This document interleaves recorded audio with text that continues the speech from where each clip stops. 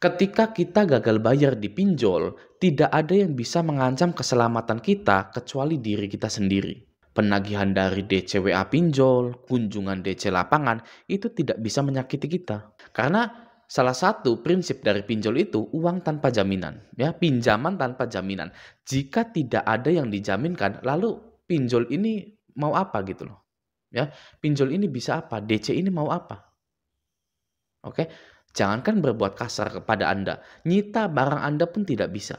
Anda sering diancam akan dipidanakan oleh DC ya, karena penggelapan uang. Sering kan Anda seperti itu ya. Anda sering didatangi DC lapangan pinjol mungkin. Ya. Apakah itu akan menyakiti diri Anda? Ya, tentu tidak. Paling kepala pusing sebentar gitu. Habis itu ya sudah biasa saja. Jadi jangan sampai kita ini memutuskan untuk tidak berjuang melawan pinjol-pinjol ini. Sampai-sampai kita itu menyakiti diri kita sendiri. Anda wajib nonton video ini agar Anda bisa menyelamatkan diri Anda dan orang-orang di sekitar Anda yang terjerat pinjol juga. Oke ya, yang pertama adalah tidak mengganti nomor tapi tetap takut dan tidak berani gitu ya. Jadi kalau Anda mau terus memakai nomor Anda yang Anda daftarkan ke pinjol itu, Anda harus berani. Wajib berani. Atau kalau bukan berani, selengean gitu ya. Udahlah, penagihan-penagihan, telepon, WA gitu. Ya sampah gitu kan. Nah itu baru boleh tidak mengganti nomor.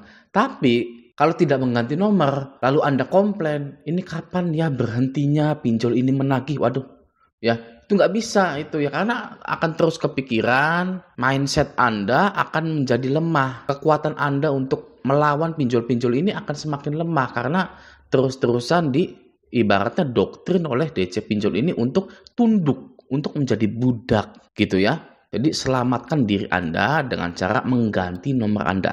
Ya, atau kalau tidak mengganti nomor, Anda wajib menganggap DC pinjol itu sampah semua. Yang harus Anda hapus atau buang chattingannya. Ya, lalu jalan hidup Anda secara normal kembali. Oke, ya itu yang pertama. Yang kedua, pesan penagihan sampai ke handphone Anda. Ya, yang artinya adalah masih checklist 2, masih centang 2, bahkan hijau. Ketahuan Anda itu membaca pesan penagihan dari DC-DC tersebut. Gitu ya. Nah itu, Anda akan dianggap masih bisa ditagih, masih bisa disebar data agar cepat membayar, masih bisa ditelepon kantornya, ditelepon kondarnya, dimarahin kondarnya, agar Anda cepat membayar. Kalau DC ini di hari pertama menghubungi Anda, sudah WA Anda atau HP Anda sudah tidak aktif, maka dia akan langsung menghubungi kondar Anda di saat itu juga. Ya. Jika kondarnya tidak aktif atau mengaku tidak kenal, mereka akan menganggap Anda adalah pro player pinjol ya, atau pro player gal buyers. Gitu. Wah ini sudah pro ini, ya, udah nggak bisa ketagih. Oke, kalau Anda sudah dicap tidak bisa ketagih, maka hutang Anda cepat atau lambat akan segera auto lunas, otomatis lunas sendiri.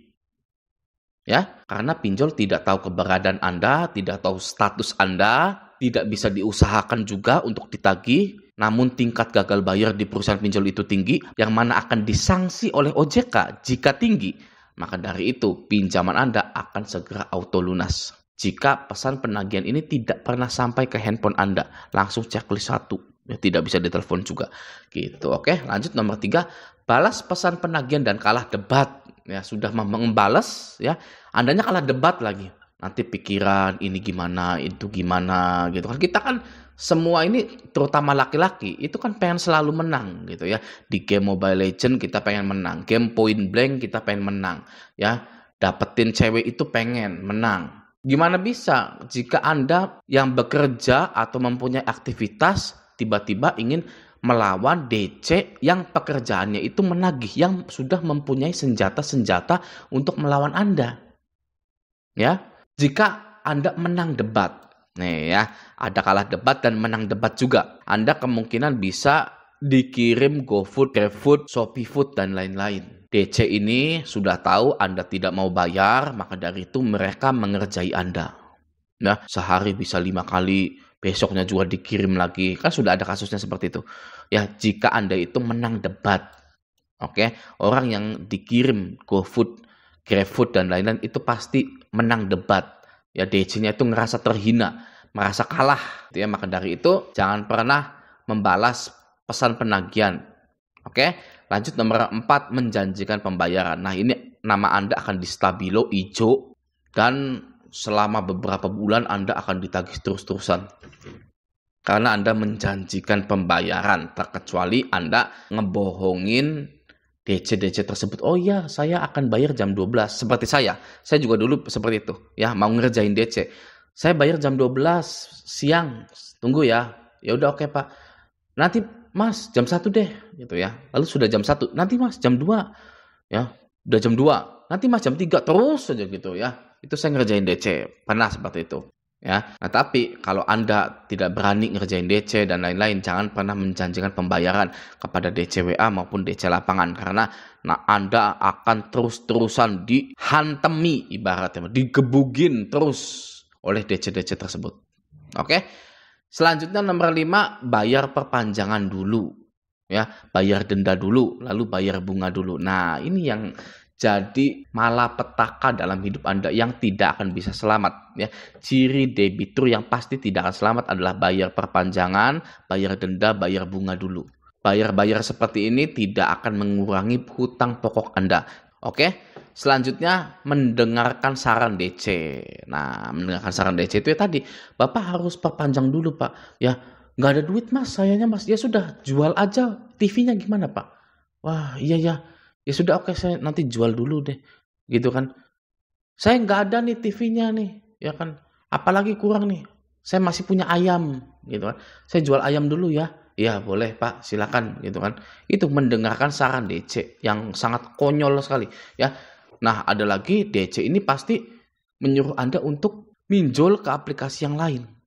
Ya.